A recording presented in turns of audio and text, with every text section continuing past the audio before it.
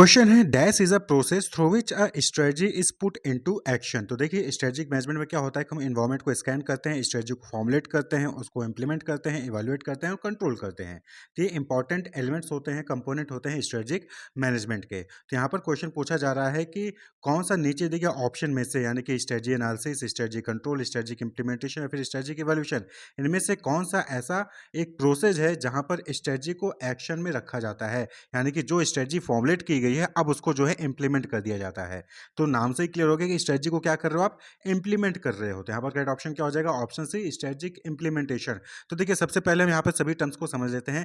तो strategy analysis क्या होता है, स्ट्रेटजी एनालिसिस यानी कि यहाँ पर क्या होता है कि जो कंपनी है, कंपनी के बारे में एनालिसिस किया जाता है, कंपनी के इंटरनल एक्सटर्नल इन्वायरमेंट को एनालिसिस करते हैं, ऑपरेटिंग इन्वायरमेंट को एनालाइज किया जाता है, रिसर्च किया जाता है, डेटा कलेक्ट किया जाता है, उस डेटा को कलेक्ट करके स्ट्रेटजी को फॉर्मुलेट किया जाता है। तो स्ट्रेटजी को फॉर्मुलेट करने के लिए जो भी रिसर्च किया जा रहा है कंपनी और कंपनी के ऑपरेटिंग एनवायरनमेंट पे, उसी को स्ट्रेटजिक एनालिसिस कहते हैं। It is the process of conducting research on a company and its operating environment to formulate a strategy. वहीं पर दूसरा टर्म है स्ट्रेटजिक कंट्रोल। तो यहाँ से नाम से ही क्लियर है कि कंट्रोल कर रहे हो, यानी कि जो आपने स्ट्रेटजी को इंप्लीमेंट किया है आप उसको कंट्रोल कर रहे हो कि जैसा हमने चाहा था वैसा ही हो रहा है कि नहीं हो रहा है। आप चेक करोगे, कंपेरिजन करोगे, जो भी स्टैंडर्ड सेट किया होगा और जो आपने स्ट्रेटजी बनाई है, जो इंप्लीमेंट किया है, उसको स्टैंडर्ड्स के साथ आप कंपेयर करते हो, और अगर कहीं कोई डाइवर्जन होता है तो उसको कहते हो कंट्रोल करते हो। क्लियर, यानी कि करेक्टिव एक्शंस लेते हो वहां पर। तो strategic control is a mechanism और process used by top level managers to track and control the execution of strategies. यानी कि जो भी स्ट्रेटजीज इंप्लीमेंट कर दी गई है वो सही तरीके से एग्जीक्यूट करी, सही तरीके से उनको फॉलो किया जा रहा है, उस चीज को क्या करते हैं, ट्रैक करते हैं और कंट्रोल करते हैं। ठीक, they make comparison and check progress, यानी कि वो जो है जो भी स्टैंडर्ड सेट किया गया था उस स्टैंडर्ड के अकॉर्डिंग कंपैरिजन करेंगे स्टैंडर्ड से, और प्रोग्रेस को चेक करेंगे कि सही तरीके से प्रोग्रेस हो रहा है कि नहीं हो रहा है, जैसा प्लान किया गया था वैसा हो रहा है कि नहीं हो रहा है। वहीं पर नेक्स्ट है टर्म स्ट्रेटजिक इंप्लीमेंटेशन। तो जैसा कि हमने बताया कि स्ट्रेटजिक इंप्लीमेंटेशन यानी कि यहाँ पर जो भी स्ट्रेटजी आपने फॉर्मुलेट की थी उसको इंप्लीमेंट कर रहे हो, यानी कि उसको लागू कर रहे हो। अब लोग उसके अकॉर्डिंग काम करेंगे, उसके अकॉर्डिंग काम किया जाएगा, यानी कि अब वो स्ट्रेटजी क्या है, वो इंप्लीमेंट हो रही है, एक्शन में आ जाएगी। तो पुट इनटू एक्शन, यानी कि strategy is put into action, कौन से स्टेप में, स्ट्रेटजिक इंप्लीमेंटेशन में। वहीं पर जो नेक्स्ट टर्म है स्ट्रेटजिक इवैल्यूएशन। स्ट्रेटजिक इवैल्यूएशन क्या हो गया, it refers to the process in which a business determines the effectiveness of the company and its ability to reach its future goal. यानी कि यहाँ पर जो भी स्ट्रेटजी है उसको इवैल्यूएट किया जाता है कि क्या वो जो हमारा गोल है, बिजनेस का गोल है, उसको अचीव कर पाएगा कि नहीं कर पाएगा, क्या वो स्ट्रेटजी इफेक्टिव है कि नहीं है कंपनी के लिए। क्लियर, तो उसको इवैल्यूएट किया जाता है। क्लियर, यानी कि उसकी परफॉर्मेंस को इवैल्यूएट किया जाता है, स्ट्रेटजी की परफॉर्मेंस को इवैल्यूएट किया जाता है कि स्ट्रेटजी इंप्लीमेंट करने के बाद क्या स्ट्रेटजी से जो हम एक्सपेक्ट कर रहे थे क्या वो आउटपुट आ रहा है कि नहीं आ रहा है। तो ये जो है चार इंपॉर्टेंट टर्म है और इन चारों के बारे में आपको पता होना चाहिए, क्योंकि किसी भी क्वेश्चन में किसी भी तरीके से इन क्वेश्चन को एमसीक्यू बनाकर आपसे पूछा जा सकता है। तो यहाँ पर हमने एक एग्जांपल दिखा दिया कि dash is a process through which a strategy is put into action. तो वो क्या हो जाएगा, that is option C strategic implementation. Clear, तो ये सारे टर्म्स आपको क्लियर होंगे तभी आप जो क्वेश्चन को सॉल्व कर पाएंगे, तो इसलिए कॉन्सेप्ट क्लियर होना जरूरी है। नेक्स्ट है dash focuses on whether the strategy is being implemented as planned and the results produced are those intended. तो आपको बताना है नीचे दिए गए ऑप्शन में से कि कौन सा ऐसा ऑप्शन है, clear, strategic analysis, strategic control, strategic implementation या फिर स्ट्रेटजिक इवैल्यूएशन, कौन सा ऐसा टर्म है जो कि इस चीज़ पे फोकस करता है कि जो स्ट्रेटजी इंप्लीमेंट की गई है वो सही तरीके से इंप्लीमेंट की गई है और जो भी जो है रिजल्ट इंटेंडेड था, जो भी रिजल्ट हम चाहते थे उस स्ट्रेटजी से वो रिजल्ट आ रहा है। तो इस चीज को कौन सा ऐसा टर्म है जो रिप्रेजेंट करता है, तो that is option B strategic control. Strategic control ही होता है जहां पर हम क्या करते हैं, हम ये चेक करते हैं कि जो भी स्ट्रेटजी से हम आउटपुट चाहते थे वो आउटपुट आ रहा है कि नहीं आ रहा है। अगर नहीं आ रहा है तो हम फिर क्या करेंगे, हम जो है कहीं ना कहीं वहां पर करेक्टिव एक्शन वहां पर लेंगे। क्लियर, नेक्स्ट क्वेश्चन है स्ट्रेटजी फॉर्मुलेशन इज प्राइमरली। तो स्ट्रेटजी फॉर्मुलेशन क्या है, इंटेलेक्चुअल प्रोसेस है, ऑप्शन है, ऑप्शन बी ऑपरेशनल प्रोसेस है, option C profit making activity है, फिर option D activity undertaken to fulfil needs. तो देखिए स्ट्रेटजी फॉर्मुलेशन यानी यहाँ पर क्या हो रहा है कि जो लीडर्स होते हैं, जो मैनेजर्स होते हैं, वो स्ट्रेटजी बना रहे हैं, फॉर्मुलेट कर रहे हैं, स्ट्रेटजी बना रहे हैं। तो अब किसी भी चीज को फॉर्मुलेट करने के लिए, स्ट्रेटजी को बनाने के लिए, प्लान को बनाने के लिए वहां पर क्या है, इंटेलेक्चुअल होना जरूरी है। यानी कि आपको एनवायरमेंट के बारे में पढ़कर फिर उसके अकॉर्डिंग जो है सोचकर आपको एक प्लान तैयार करना है। यानी कि सारी का सारा क्या है, ये माइंड गेम है। यानी कि यहाँ पर आपके पास दिमाग होना चाहिए और आप अपना दिमाग, अपना जो मेंटल एक्सरसाइज है, इंट्यूशन है, इमेजिनेशन है, एनालाइज करने की जो एबिलिटी है, उसका यूज करके जो है आप स्ट्रेटजी को फॉर्मुलेट करते हो। तो स्ट्रेटजी फॉर्मुलेशन क्या हो गया, एक तरीके का ये इंटेलेक्चुअल प्रोसेस है। क्लियर, जहां पर जो मैनेजर्स है वो अपना दिमाग, अपनी नॉलेज, अपनी क्रिएटिविटी का यूज करके जो है स्ट्रेटजी को फॉर्मुलेट करते हैं। क्लियर। नेक्स्ट क्वेश्चन है, developing a combination of strategies and selecting the best one to achieve the organisational goals and objective of the organisation refers to. यानी कि नीचे देखिए ऑप्शन में से आपको बताना है कि किसमें जो है डेवलप किया जाता है डिफरेंट स्ट्रेटजीज, और फिर जो डिफरेंट स्ट्रेटजीज डेवलप की गई हैं उसमें से बेस्ट को सेलेक्ट किया जाता है जिससे जो है ऑर्गेनाइजेशन के गोल को, ऑब्जेक्टिव को अचीव किया जा सके। तो ऐसा कौन सा टर्म है जहां पर बहुत सारी स्ट्रेटजी डेवलप करके बेस्ट स्ट्रेटजी को सेलेक्ट किया जाता है? Strategy formulation, strategy control, strategy implementation या फिर स्ट्रेटजी एवोल्यूशन। तो सारे टर्म्स आप समझ चुके हैं। तो आप किसमें जो है बहुत सारी स्ट्रेटजी को डेवलप करते हैं और उसके बाद बेस्ट को सेलेक्ट करते हैं? तो that is option A, strategy formulation. Clear. Next question है, strategy formulation requires. Strategy formulation यानी कि अगर कोई लीडर है, मैनेजर है, वो स्ट्रेटजी को फॉर्मुलेट कर रहा है तो उसको क्या चाहिए? Conceptual, intuitive and analytical skill, motivation and leadership skill, या फिर एचआर स्किल, या फिर कोई भी नहीं इनमें से, नन ऑफ द अबव। तो देखिए स्ट्रेटजी को फॉर्मुलेट कर रहे हैं तो ये क्या है? इंटेलेक्चुअल प्रोसेस है, जैसे हमने पहले देख लिया। तो स्ट्रेटजी फॉर्मुलेशन क्या है? इंटेलेक्चुअल प्रोसेस है। तो यानी कि यहाँ पर जो लीडर है, जो मैनेजर है, उसका कॉन्सेप्ट, उसका इंट्यूशन, उसके अंदर एनालिटिकल स्किल होना चाहिए, तभी जो है वो एक अच्छा स्ट्रेटजी फॉर्मुलेट कर पाएगा। तो strategy formulation requires conceptual, intuitive and analytical skills. Clear. Next question है, dash involves the use of power and social networking within a workplace to achieve changes that benefit the individuals within it.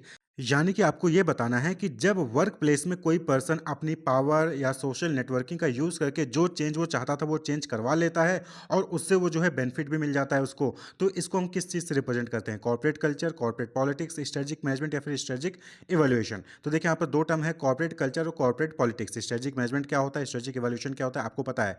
यहाँ पर दो नए term है, corporate culture और corporate politics. तो corporate culture क्या होता है कि कॉर्पोरेट में किस तरीके से काम हो रहा है, कॉर्पोरेट का कल्चर क्या है, वहाँ पे लोग किस तरीके से, वहाँ के जो एम्प्लॉयज़ हैं, ऑर्गेनाइजेशन के जो एम्प्लॉयज़ हैं वो किस तरीके से काम करते हैं, उनकी वैल्यूज़, उनके एटीट्यूड, उनके प्रैक्टिसेस क्या हैं जो कि कंपनीज के ऑपरेशन को गाइड करता है, तो उसको हम कॉर्पोरेट कल्चर कहते हैं। Corporate culture refers to shared values, attitude, practices that define and guide a company's operation. कहते हैं, आपने सुना होगा कि भाई मेरे यहाँ पर ये कल्चर चलता है, मेरे यहाँ पर ये कॉर्पोरेट कल्चर है, सबका अलग ड्रेसिंग होता है, सबका बात करने का तरीका, वर्किंग पैटर्न सब जो है अलग होता है हर ऑर्गेनाइजेशन का, तो उसको कॉर्पोरेट कल्चर कहा जाता है। क्लियर। जिसके तहत जो है लोग ऑर्गेनाइजेशन में काम करते हैं। क्लियर। वहीं पर कॉर्पोरेट पॉलिटिक्स क्या हो गया? कॉर्पोरेट पॉलिटिक्स को हम ऑफिस पॉलिटिक्स या फिर ऑर्गेनाइजेशनल पॉलिटिक्स भी कहते हैं। तो पॉलिटिक्स क्या होता है? देखिए पॉलिटिक्स नेगेटिव नहीं है। पॉलिटिक्स में क्या होता है कि जब आप अपनी पावर, अपने सोशल नेटवर्किंग, इनका यूज़ करके जब आप कोई चेंजेस ले आते हो और उस चेंज से आपको बेनिफिट मिलता है तो उसी को पॉलिटिक्स कहा जाता है। तो कॉर्पोरेट पॉलिटिक्स यहाँ पर क्या हो गया कि कॉर्पोरेट में जब कोई एम्प्लॉय अपने पावर, अपनी सोशल नेटवर्किंग, अपनी पोजीशन का यूज़ करके कोई चेंज करता है और उस चेंज से उसको बेनिफिट होता है तो उसको कॉर्पोरेट पॉलिटिक्स कहा जाता है। तो ऑप्शन बी जो है यहाँ पर इस क्वेश्चन में करेक्ट हो जाएगा। नेक्स्ट क्वेश्चन है, in dash culture member have common interest and perceive themselves as a part of large dynamic and interested family. Teamwork, communication and consensus are those core values. अब corporate culture को भी चार category में divide किया गया है, the clan culture, the adhocracy culture, the market culture and the hierarchy culture. यानी कि ये चारों में अलग अलग टाइप के एम्प्लॉयज़, अलग अलग टाइप की वर्किंग स्टाइल आपको देखने को मिलेंगे। तो ऊपर पूछा गया है क्वेश्चन में क्या कि कौन से टाइप के कल्चर में मेंबर का, जो मेंबर है यानी कि जो एम्प्लॉयज़ है उनका कॉमन इंटरेस्ट होता है, वो जो है ऑर्गेनाइजेशन को एक तरीके से फैमिली की तरह समझते हैं और उस फैमिली का अपने आप को पार्ट मानते हैं। टीम वर्क, कम्युनिकेशन, कंसेंसस जो है वहाँ पर कोर वैल्यू होती है इस टाइप के ऑर्गेनाइजेशन में। तो किस टाइप के कल्चर में होता है ऐसा? क्लैन, एडोक्रेसी, मार्केट या फिर हायरार्की। तो चारों कल्चर को आप यहाँ पे समझिए। तो हम सबसे पहले एडोक्रेसी देख ले। तो एडोक्रेसी कल्चर में क्या होता है कि employees are encourage to take risk and executive are viewed as entrepreneurs और इनोवेटर। यानी कि एक ऐसा कॉर्पोरेट, एक ऐसा ऑर्गेनाइजेशन जहां पर सभी एम्प्लॉय को इनकरेज किया जाता है कि वो रिस्क लें और जो है कुछ नया इनोवेट करें, एंटरप्रेन्योर की तरह जो है वो काम करें। तो उस टाइप के कल्चर को क्या कहा जाता है? एडोक्रेसी कल्चर। एक ऐसा ऑर्गेनाइजेशन जहां पर एम्प्लॉयज को मोटिवेट किया जाता है कि वो रिस्क लें, रिसर्च करें, एंटरप्रेन्योर की तरह काम करें, इनोवेटर की तरह काम करें, कुछ नया इनोवेट करें, तो उसको एडोक्रेसी कल्चर कहते हैं। इसी तरीके से दूसरा है मार्केट कल्चर। तो मार्केट में जैसा होता है कि यहाँ पर क्या होता है कि यहाँ पर आपको कॉम्पिटिटिव नेचर का देखने को मिलेगा, डायनेमिक, और जो है यहाँ पर टेंजिबल रिजल्ट लेके आना पड़ेगा। यानी कि यहाँ पर गोल ओरिएंटेड होता है, यहाँ पर एम्प्लॉय को टारगेट दिया जाता है और एम्प्लॉय जो है उस टारगेट को कंप्लीट करते हैं और एक दूसरे से कॉम्पीट करते हैं। तो मार्केट कल्चर। वहीं पर तीसरा है हायरार्की कल्चर। हायरार्की कल्चर में क्या होता है कि ऑर्गेनाइजेशन में वहाँ पर क्या होगा, स्ट्रक्चर होगा और वहाँ पर कंट्रोल किया जाएगा एक दूसरे को। यानी कि वहाँ पर जो है हायरार्की होगी, सबसे पहले एमडी होगा, फिर उसके नीचे एरिया मैनेजर होगा, उसके नीचे सेल्स पर्सन होगा, इस तरीके से हायरार्की होगी। यानी कि वहाँ पर बॉसिज्म होगा, सुपीरियर और सबॉर्डिनेट वाला सिस्टम होगा। क्लियर? तो वर्क प्लेस क्या होगा हायरार्की के केस में? फॉर्मल होगा। वहां पर फॉर्मल वर्क प्लेस होगा कि ये मेरे सर हैं, मुझे इनका ऑर्डर फॉलो ही करना है। वहां पर आपको फ्रीडम नहीं दी जाएगी कि जो मन किया वो कर रहे हो, आप जो है इनोवेट कर रहे हो, जो ऊपर से कहा जा रहा है वही आपको किया जाएगा। तो हायरार्की। क्लियर? तो ये तीन इंपॉर्टेंट कल्चर हो गए। वहीं पर चौथा है क्लैन कल्चर। क्लैन कल्चर में क्या होता है कि वहां पर आप अपने आप को ऑर्गेनाइजेशन का एक हिस्सा मानते हो और वहां पर आपको किसी का ऑर्डर यानी कि एक तरीके से ऑर्डर फॉलो करने की जरूरत नहीं है, बल्कि आपको जो है वहां पर पूरा फ्रीडम दिया जाता है। आप जो है एज अ टीम मेंबर आप वहां पर काम करिए, कम्युनिकेट करिए, एक दूसरे को जो है वहां पर कम्युनिकेट करिए और जो है अपनी वर्किंग को वहां पर परफॉर्म करना होता है। तो इसको कहते हैं क्लैन कल्चर। तो यहां पर यही चीज पूछा गया। तो यहां पर करेक्ट ऑप्शन क्या हो जाएगा? Option A, clan culture. Clear? Next question है विच इज और are the example of corporate politics. नीचे दिए ऑप्शन में से बताना है कि कौन सा कॉर्पोरेट पॉलिटिक्स का एग्जाम्पल है। पहला है व्हाइट लाइज, दूसरा है बीइंग यस टू ऑल, तीसरा है स्टीलिंग क्रेडिट, या फिर option D all of the above. सभी के सभी कॉर्पोरेट पॉलिटिक्स हैं। व्हाइट लाइज का मतलब क्या होता है कि जब आप कोई ऐसा झूठ बोलते हैं जिससे किसी को नुकसान नहीं होता लेकिन आपका फायदा हो जाता है, तो उसको व्हाइट लाइज कहा जाता है। बीइंग यस टू ऑल यानी कि आपसे किसी ने कहा कि आपको ऐसा करना है, आपने बोला यस। दूसरे ने भी कहा आपको ऐसा करना है, आपने बोला यस। चाहे आपको गलत लगा हो, चाहे आप वो चीज़ नहीं करोगे, फिर भी आप उसको यस बोल दे हो, तो यानी कि आप सबको यस बोलते रहो। तो ये भी कॉर्पोरेट पॉलिटिक्स का है। भैया मैं किसी के साथ बुरा नहीं होऊंगा, सबके साथ अच्छा रहूंगा, करूंगा मैं अपनी मर्जी का। तो ये बीइंग यस टू ऑल होता है। तो ये भी क्या है? कॉर्पोरेट पॉलिटिक्स है। स्टीलिंग क्रेडिट यानी किसी और ने कोई काम किया और उसका क्रेडिट आप खुद जो है ले ले रहे हो कि नहीं उसने नहीं, मैंने किया था। अपने बॉस के पास जाते हो, बोलते हो कि सर ये मैंने रिपोर्ट बनाई है, ये मैंने कुछ नया इनोवेट किया है। तो स्टीलिंग क्रेडिट। तो ये तीनों ही क्या है? कॉर्पोरेट पॉलिटिक्स के एग्जाम्पल हैं। तो यहां पर ऑप्शन क्या हो जाएगा? Option D all of the above. Next question है what is the role of leadership in strategic management. तो स्ट्रेटजी मैनेजमेंट में लीडरशिप का क्या रोल होता है ये आपको बताना है। तो देखिए लीडरशिप यानी कि जो लीड कर रहे होते हैं, जो हायर पोजीशन पे होते हैं, जो सबऑर्डिनेट को लीड कर रहे होते हैं, तो उनका क्या रोल होता है? Develop a strategic vision and mission. Strategic management में पूछा गया कि क्या रोल है। Sets goal and objective, craft the strategies, या फिर option D all of the above. तो देखिए लीडरशिप क्या है? वो लीड कर रहा है, तो वो क्या है कि वो स्ट्रेटेजिक विजन और मिशन को भी डेवलप करेगा, गोल्स ऑब्जेक्टिव सेट करेगा सभी के लिए, स्ट्रेटजीज बनाएगा। तो ये तीनों ही क्या है? रोल हैं। Efficient leader perform the common task in the strategy making and executing process. यानी कि जो स्ट्रेटजी को बनाना है, स्ट्रेटजी को एग्जीक्यूट करना है, वो सारे काम लीडर जो है परफॉर्म करते हैं। They develop a strategic vision and mission, sets goal and objective, craft the strategies, execute it and then evaluate the performance. यानी कि वो स्ट्रेटजिक विजन मिशन बनाएंगे, गोल्स को सेट करेंगे, ऑब्जेक्टिव को सेट करेंगे, स्ट्रेटजी को बनाएंगे, गोल्स और ऑब्जेक्टिव के हिसाब से स्ट्रेटजी बनाएंगे, उसको एग्जीक्यूट करेंगे, इंप्लीमेंट करेंगे और साथ ही साथ उसको इवैल्यूएट भी करेंगे कि जो स्ट्रेटजी बनाई है वो सही तरीके से काम कर रहा है कि नहीं कर रहा है, जो उससे अचीव करना चाहते थे वो अचीव हो रहा है कि नहीं हो रहा है। तो ये सारा काम जो है लीडर जो है वहां पर स्ट्रेटजी मैनेजमेंट में परफॉर्म करता है। तो यहाँ पर क्वेश्चन करेक्ट ऑप्शन क्या हो जाएगा? Option D all of the above. ये सारे काम करता है। क्राफ्ट द स्ट्रेटजीज, एग्जीक्यूट और इवैल्यूएट, ये भी अगर ऑप्शन में आ जाए तो आपको ध्यान होना चाहिए कि स्ट्रेटजिक विजन मिशन को डेवलप करेंगे, गोल्स को सेट करेंगे, ऑब्जेक्टिव को सेट करेंगे, उस गोल और ऑब्जेक्टिव के अकॉर्डिंग स्ट्रेटजीज बनाएंगे, फिर जो स्ट्रेटजी बनाई है उसको एग्जीक्यूट करेंगे, उसको इंप्लीमेंट करेंगे, उसको इवैल्यूएट भी करेंगे, कंट्रोल भी करेंगे। तो ये सारे काम लीडर्स के होते हैं। तो option D all of the above. Next question है the employees have complete goal setting, plan of action preparation and decision making power with the leaders involvement almost minimal. The leader give guidance only when requested. तो आपको ये बताना है कि किस type के leadership में ये चीज़ होती है। यानी कि जहाँ पर एम्प्लॉय को जो है पूरा वहाँ पर पावर दिया जाता है डिसीजन मेकिंग का, गोल सेट करने का, प्लान ऑफ एक्शन को प्रिपेयर करने का कि क्या उनका प्लान ऑफ एक्शन होगा, कैसे वो आगे काम करेंगे।